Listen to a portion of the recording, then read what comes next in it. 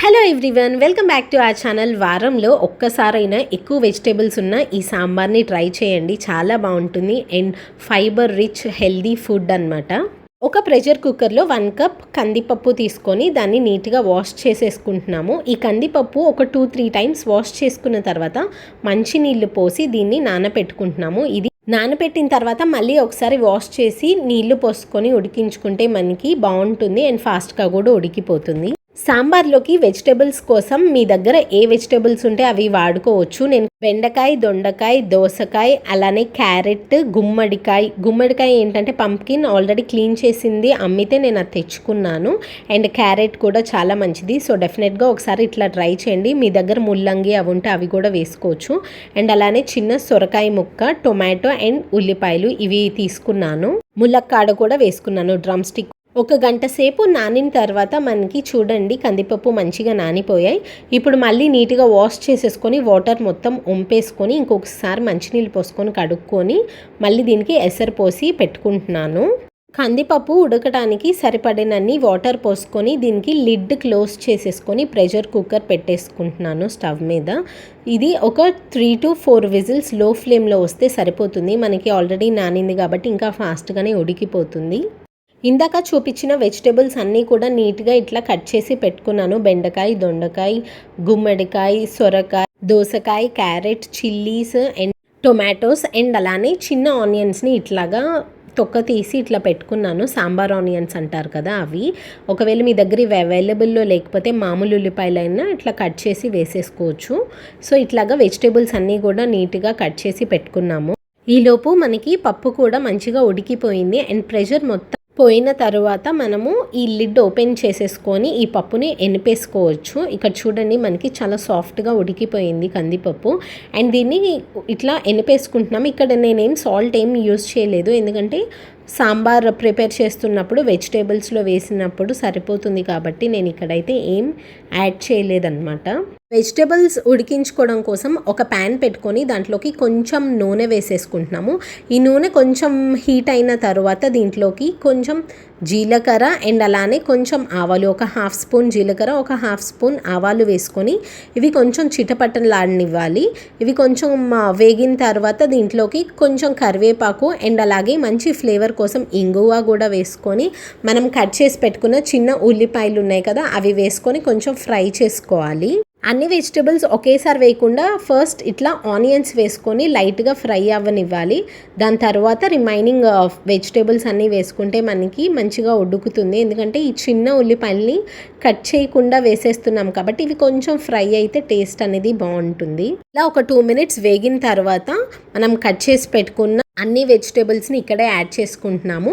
Tomatoes కూడా దీంట్లోనే కలిపి వేసేసుకోవచ్చు. అండ్ దీంట్లోకి కొంచెం సాల్ట్ వేస్తున్నాను, కల్లుప్పు ఉంటుంది కదా అది వేసుకుంటున్నాను, టేస్ట్ బాగుంటుంది కాబట్టి. ఇది మొత్తం ఒకసారి లైట్గా అట్లాగా మిక్స్ చేసుకోవాలి. ఇలా మొత్తం ఒకసారి మంచిగా మిక్స్ చేసుకున్న తర్వాత దీంట్లోకి కొంచెం పసుపు వేసుకోవాలి. ఇందాక నూనెలో కూడా వేసుకోవచ్చు, అక్కడ నేను మర్చిపోయాను కాబట్టి దీంట్లో వేస్తున్నాను. ఎట్లా అయినా పర్వాలేదన్నమాట. ఇక్కడ పసుపు కూడా వేసేసుకొని మొత్తం ఒకసారి మంచిగా మిక్స్ చేసేసుకోవాలి. మనకి ఈ కూరగాయలన్నీ కొంచెం మగ్గటానికి ఒక 7-8 నిమిషాలు టైం పడుతుంది. ఒకసారి మొత్తం మంచిగా మిక్స్ చేసుకున్న తర్వాత స్టవ్ని లో ఫ్లేమ్లో పెట్టేసుకొని మూత పెట్టి మగ్గించుకుంటే మనకి మంచిగా ఉడికిపోతాయి. మనకి ఈ వెజిటేబుల్స్ అన్నీ కొంచెం సేపు మగ్గేలోపు మనం దీనికి కావాల్సిన చింతపండు గుజ్జు అవన్నీ రెడీ చేసేయచ్చు. ఇక్కడ ఒక పెద్ద నిమ్మకాయ సైజ్ అంతా చింతపండు నుంచి తీసుకున్న చింతపండు గుజ్జు అనమాట. ఒకవేళ మీ దగ్గర చింతపండు పేస్ట్ ఉంటే వాటర్ వేసి డిజాల్వ్ చేసి అయినా యూస్ చేయొచ్చు.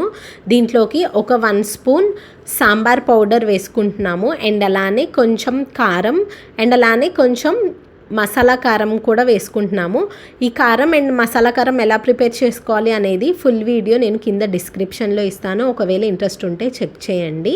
అండ్ ఇది మొత్తం వేసుకున్న తర్వాత కొంచెం మిక్స్ చేసుకోవాలి. సాల్ట్ ఆల్రెడీ మనము వెజిటేబుల్స్లో వేసేసాం కాబట్టి లాస్ట్లో కావాలంటే వేసుకోవచ్చు. ఇవి మొత్తం మంచిగా ఉండలేం లేకుండా మంచిగా మిక్స్ చేసేసుకోవాలి. అవసరమైతే కొంచెం వాటర్ కూడా వేసుకోవచ్చు. ఒకవేళ మీ దగ్గర సాంబార్ కారం పొడి లేకపోతే నార్మల్ కారం అయినా వేసేసుకోవచ్చు. మీకు స్పైసీనెస్కి తగినంత కారం వేసుకుంటే సరిపోతుంది. లేదు సాంబార్ కారం పొడి ఉంటే మాత్రం అది కొంచెం వేసుకోండి, టేస్ట్ అనేది చాలా బాగుంటుంది. ఇట్లా మొత్తం ఒకసారి మిక్స్ చేసుకున్న తర్వాత దీన్ని తీసి పక్కన పెట్టేసేసుకోవాలి. ఈలోపు మనకి వెజిటేబుల్స్ ఎంతవరకు ఉడికాయో ఒకసారి చూసుకుందాం. 2 మినిట్స్కి ఒకసారి ఇట్లా జస్ట్ ఒకసారి మిక్స్ చేసుకోండి, మనకి ఈవెన్గా కుక్ అవుతుంది. లేదంటే అడుగునున్న వెజిటేబుల్స్ మంచిగా ఉడికిపోతే అండ్ పైన ఉన్న వెజిటేబుల్స్ కొంచెం ఉడకవన్నమాట. కాబట్టి ఇట్లా ఒకసారి కలుపుకుంటే కింద ఉన్న వెజిటేబుల్స్ అన్నీ పైకి అండ్ పైన ఉన్న వెజిటేబుల్స్ అన్నీ కిందకు వచ్చేలాగా ఒకసారి మిక్స్ చేసుకొని మళ్ళీ మూత పెట్టి లో ఫ్లేమ్లో పెట్టుకొని మగ్గించుకుంటే మనకి పర్ఫెక్ట్గా ఉడికిపోతాయి.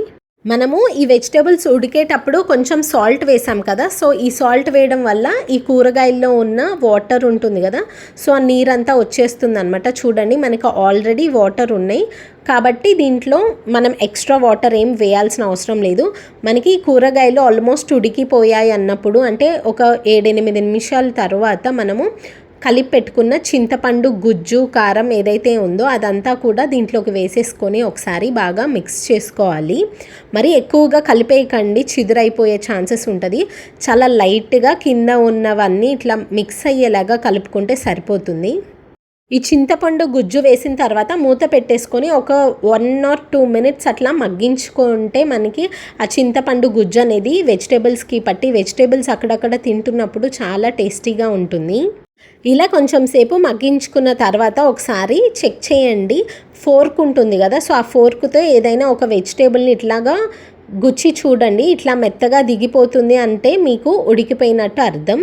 ఇలా మంచిగా ఉడికించుకున్న వెజిటేబుల్స్లోకి మనము ఎనిపి పెట్టేసుకున్న కందిపప్పుని కూడా దీంట్లో వేసేసుకోవచ్చు. ఇక్కడ మనకి మంచిగా కందిపప్పు ఉడికించుకొని ఎనిపేసి పెట్టుకున్నాం కదా, సో ఆ కందిపప్పుని ఇట్లాగా వేసేసుకొని మొత్తం ఒకసారి మంచిగా మిక్స్ చేసేసుకుంటున్నాము. ఒకవేళ మరీ చాలా చిక్కగా ఉంది అనిపిస్తే కొంచెం వాటర్ వేసేసుకొని ఒకసారి మంచిగా మిక్స్ చేసుకోండి. అండ్ ఇది కొంచెం ఉడుకు పట్టిన తర్వాత సాల్ట్ ఏమైనా అవసరమైతే చెక్ చేసుకొని యాడ్ చేసుకోవచ్చు. అండ్ దీంట్లోకి ఫైనల్ టేస్ట్ ఎక్కువ ఎన్హాన్స్ చేసే పోపు అనమాట. కొంచెం నెయ్యి, జస్ట్ ఒక 1 స్పూన్ ఆర్ ½ స్పూన్ నెయ్యి చాలు. చాలా లైట్గా జస్ట్ జీలకర్ర ఆవాలు వేగటానికే అనమాట. కొంచెం నెయ్యి వేసుకుంటే ఆ ఫ్లేవర్ అనేది చాలా చాలా బాగుంటుంది. డెఫినెట్గా వేసుకోండి పోపులోకి. ఒకవేళ నెయ్యి ఇష్టం లేని వాళ్ళు స్కిప్ చేయొచ్చు. దీంట్లోకి కొంచెం ఆవాలు, జీలకర్ర అండ్ అలాగే తుంచుకున్న ఎండుమిరపకాయలు అండ్ కరివేపాకు, కొత్తిమీర వేసేసి పోపు అండ్ మనం ప్రిపేర్ చేసుకున్న సాంబార్ని కూడా దీంట్లోనే వేసేసుకొని ఒక 2 to 3 మినిట్స్ మనం దీన్ని మరిగించుకోవాలి. ఇలా మరిగించుకుంటే మనకి టేస్ట్ అనేది ఇంకా చాలా బాగుంటుంది. ఈ స్టేజ్లో ఒకసారి పులుపు అండ్ ఉప్పు ఏమైనా అవసరం అయితే కొంచెం యాడ్ చేసుకోండి, చూసి బ్యాలెన్స్ చేసుకుంటే సరిపోతుంది. ఇలా పోపు వేసిన తర్వాత ఒక 2 to 3 మినిట్స్ మరిగించుకోవడం వల్ల మనకి ఆ నెయ్యి ఫ్లేవర్ అనేది ఈ సాంబార్కి పట్టి టేస్ట్ చాలా బాగుంటుంది. అండ్ ఫైనల్గా కొంచెం కొత్తిమీరతో ఇట్లా గార్నిష్ చేస్తున్నాము. అండ్ దీన్ని వేడి వేడి రైస్లోకి ఆర్ ఇడ్లీస్ చేసుకుంటాం కదా మార్నింగ్ బ్రేక్ఫాస్ట్, సో దాంట్లో కూడా చాలా బాగుంటుంది. డెఫినెట్గా ఒకసారి ఎక్కువ వెజిటేబుల్స్ ఉన్న ఇలాంటి సాంబార్ని వీక్లీ వన్స్ అయినా తినడానికి ట్రై చేయండి. Thank you so much. I hope you like this video. Please subscribe.